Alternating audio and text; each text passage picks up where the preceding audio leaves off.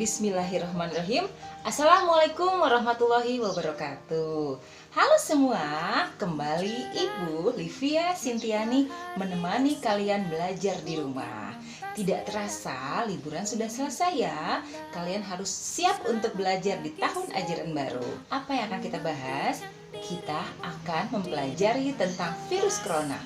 Apa itu virus corona, kemudian apa saja gejalanya, dan bagaimana kita mencegah menyebarnya virus corona supaya kalian bisa semangat belajar. Siap semuanya ya, jangan lupa siapkan catatannya, nanti ada tugas yang harus diselesaikan. Semangat semua! Coronavirus. Kita akan mempelajari tentang coronavirus. Sudah siap semua? Siap ya? Oke. Apa itu virus corona? Coronavirus adalah kumpulan virus yang bisa menginfeksi sistem pernapasan. Pada banyak kasus, virus ini hanya menyebabkan infeksi pernapasan ringan seperti flu. Namun, virus ini juga bisa menyebabkan infeksi pernapasan berat seperti infeksi paru-paru atau pneumonia, Middle East Respiratory Syndrome, dan Severe Acute Respiratory Syndrome. Nah, kemudian, bagaimana gejala virus corona itu bisa beragam. Pada pengidapnya akan beda-beda ya. Gejala ini bergantung pada jenis virus corona yang menyerang. Beberapa gejala virus corona yang terbilang ringan. Yang pertama adalah hidung beringus. Kedua, sakit kepala. Ketiga, batuk yang berkepanjangan, sakit tenggorokan, demam, dan yang terakhir adalah merasa tidak enak badan. Sekarang kita harus tahu juga bagaimana sih gejala virus corona. Karena beberapa virus corona itu dapat menyebabkan gejala yang parah. Infeksinya dapat berubah menjadi bronkitis dan pneumonia.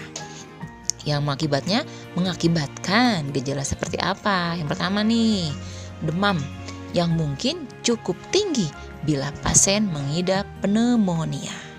Yang kedua, batuk dengan lendir. Ketiga, sesak napas.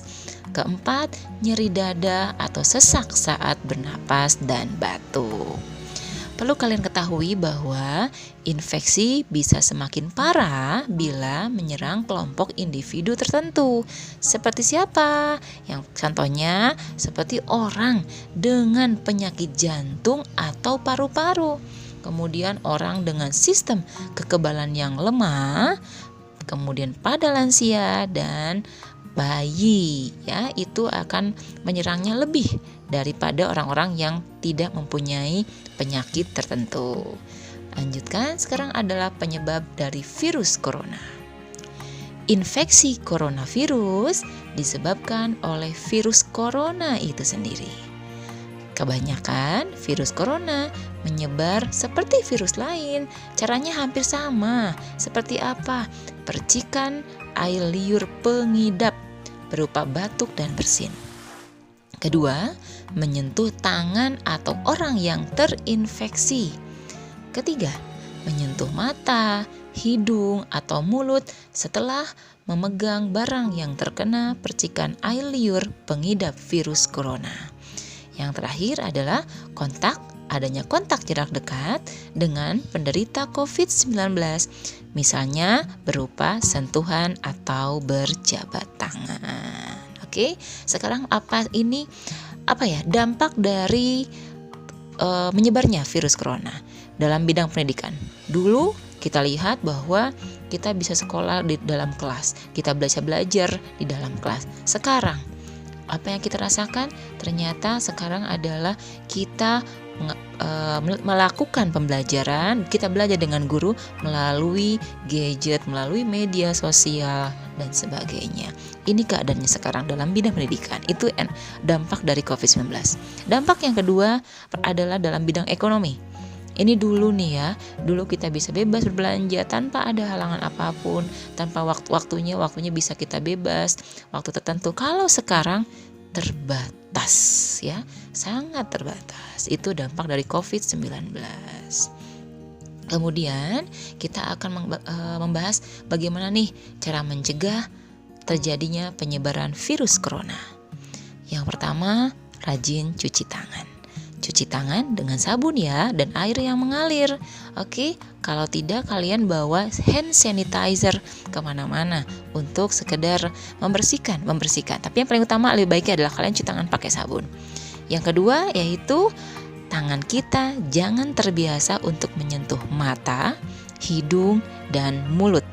Oke, kalau ingin menyentuh gimana? Ya udah cuci tangan dulu pakai sabun ya. Oke.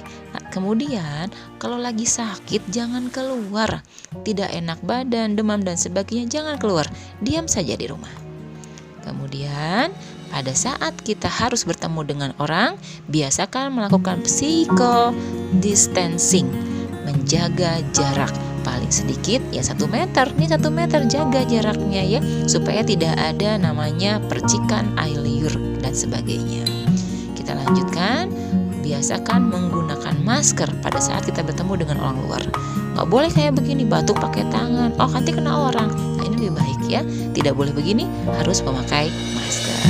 Oke, kita harus membiasakan untuk hidup bersih dan sehat. Tujuannya dengan menjaga kesehatan dan kebersihan, semoga virus ini segera berlalu. Sekarang Ibu akan membacakan apa yang disampaikan oleh Dr. Diki Harun sebagai kesimpulan dari pembahasan Ibu. Yang pertama, virus corona tidak seperti kebocoran nuklir yang memancarkan radioaktif. Kalau radioaktif kan dia berbahaya bagi tubuh. Jadi jika tubuh kita akan terradiasi langsung melalui udara bebas, itu radioaktif. Kalau virus corona tidak, dia tidak bisa menembus pori-pori kulit kita, tetapi masuknya melalui mulut, hidung, dan mata.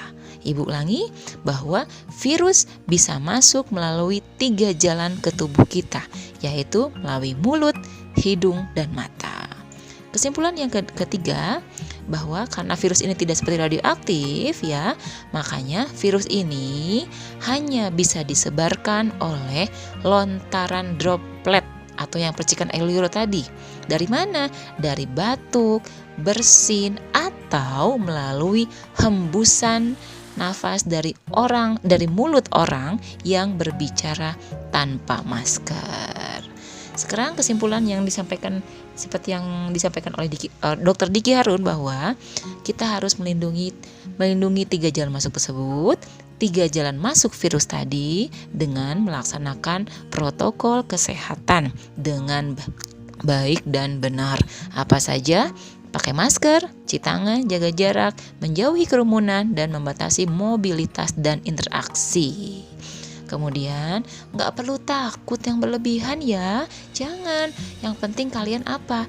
Jaga kesehatan, cukup istirahat, cukup asupan gizi yang seimbang, dan psikis kita, kejiwaan kita harus rileks, santai.